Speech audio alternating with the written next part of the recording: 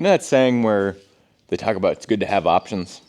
Let me show you some options. So this is our AgSpray 65-gallon UTV sprayer with a 30-foot boom. So this is a lot different because it has 3 sprayer nozzles, and those 3 sprayer nozzles collectively cover 30 feet. So think of that as a broadcast sprayer.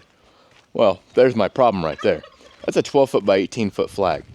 And so a broadcast sprayer isn't going to work well in this case because it's just going to blow all my spray around. And for me, for my UTV, I'm generally spraying my driveway where all this grass grows, and it's a weed killer. I don't want it in my lawn. I don't want it anywhere except the specific location that I want it applied. So how do you do that when you have to fight with winds? Of course, I could wait until it's a calmer day. However, on calmer days, I have customers that I spray for and ourselves that we spray for on our farm. So the calmer days are kind of eaten up by other projects that need to happen. That's where this part comes in. We got parts and pieces. I'm sure you noticed on the box it says AgSpray equipment. Yes, it is an option that they have. Now, originally I didn't buy the boom, well, mainly because it did cost more. Excuse me. Now, I didn't originally buy the 11 nozzle boom, partially because it cost more, but the other reason was because I was like, well, it'd be nice to be able to cover 30 feet at a time. But that was also before I had a larger sprayer for our tractor, so now I don't really use this for large spraying anymore because I have auto steer in the tractor and I can be precise with it, whereas this is great for whenever I'm doing driveways, or if I have a customer that just needs a couple acres done, yeah, I would definitely use this sprayer rather than haul my tractor there or drive a tractor an hour away, whatever the case may be. You might be asking, why would I keep this one around since it's bent? I still care about this one and I actually don't want to lose it or anything like that, or break it. And as a matter of fact, while it's off, I'm actually going to attempt to bend that back straight. I didn't want to do that before because whenever I bent it back straight, if it, say, punctured a hole in this tubing, well, I didn't have another option as far as using the sprayer at that point, unless I wanted to use the wand. Now that I have a different boom, if I do break that one, I can order another one if need be. But let's get this one taken off. We've already got this loose. And then we'll put this one away. So we got our first one on. Now we're going to put the top one on, or the second one on, however you want to word it. Slide those together. And they pretty well hold each other in place. And then we're going to put this through. And from there, we just got to put the nut on there and tighten it. I think what I'm going to do is get all of these on, and then I'll go back and tighten them because I want to get the spacing for what I want, which it does recommend 20-inch spacing. It'll tell you in the book. Super simple process putting these on. We're going to put this bottom one on there, and then the top one, we'll slide it into place. And then the best part is you don't even have to have any locking hardware in there, so I don't have to put that nut and bolt in there until I get everything set, and then I can put it through. Notice on these 3, I put them on, but I didn't put the bolt in. Now I put the bolt in the center one because I don't want it to move, and I don't want it to be easily moved. Now it's not tight by any means, but it's held in place really easily just by having the bolt in there. These other ones, I want them to be able to move, and the reason being is because we have a joint here that needs to be flexible, and we need to figure out what's going to work. So like that's not going to work. I don't want it to get caught on this. Now I have all of these on, but I have the bolt in the end one, and I have the bolt in the second from the end one, but I don't have the bolt in this one. I do have the bolt in the center one. Well, notice that this one right here has that dip in it. So because this part is going to pivot, I want to ensure that whenever it does, it's not going to get destroyed by that spring or pinched like it's getting pinched right here. So instead of having it below that spring like that, I believe I would rather it be in the front of it like this, and then when I pivot like so, it doesn't pinch it until it's all the way in, which at that point doesn't matter, we're not using this. But then whenever I take it and move it back out, again, it's not being pinched. So that's the route I'm going to go. Now I've made an adjustment to this, and I'm going to put the bolt in now because I do kind of want it to stay in place when I'm doing my testing here. And this is just to see if it's going to pinch something. I don't want that to happen, of course. I have my tube or my line running underneath of this pivot point. And so whenever I do this, that's what I was afraid of. It's going to get caught. So we're not going to put it underneath. Let's see what happens when we put it in the front here. Now if we turn it, all right, it's not pinched. And when it goes back to open, you know, it's a little pinched. But at that point, I can walk back here and just pop it back up. Really what I don't want to happen is, this is designed to break away essentially. So if I'm spraying and let's say I bump a tree out here, right? So when it kicks this in, I don't want it to pinch this and cut this line. And you can see that's not gonna happen there. But whenever I had it on the top or the bottom, either one of them, so when they're right there, now when it does that, you can see that it's catching on this bolt for one. Now it's pulling it really tight on that bolt because this would be tight at that point. It wouldn't move like it just did. And so now it's potentially going to rip my line if it happens, say, more than once or even just one time. Now I know these are all where I want them to be. And at this point, I'm going to tighten this side and we'll do the same adjustments on the opposite side.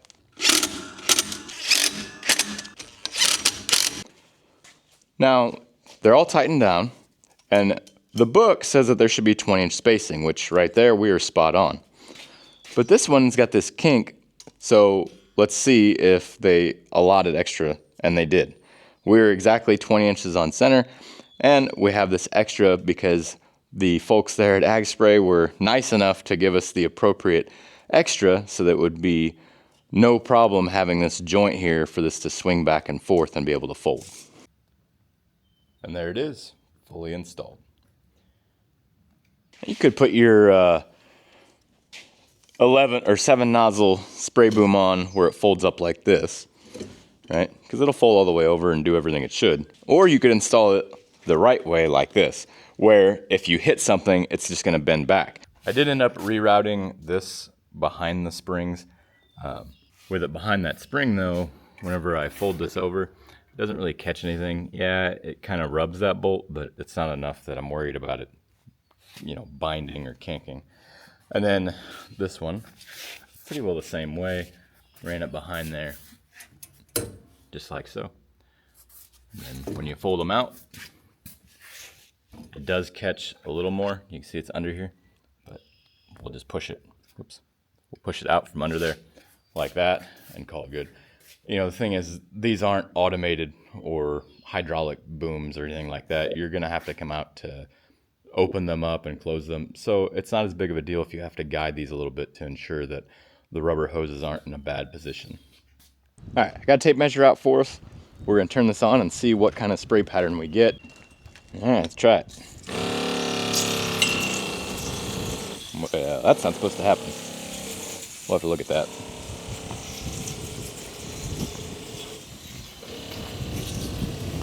Why is this one leaking? There's a little O-ring down there and it was all in here kind of cattywampus, just not setting down at the bottom. So let's pop it back in and see if that fixes it.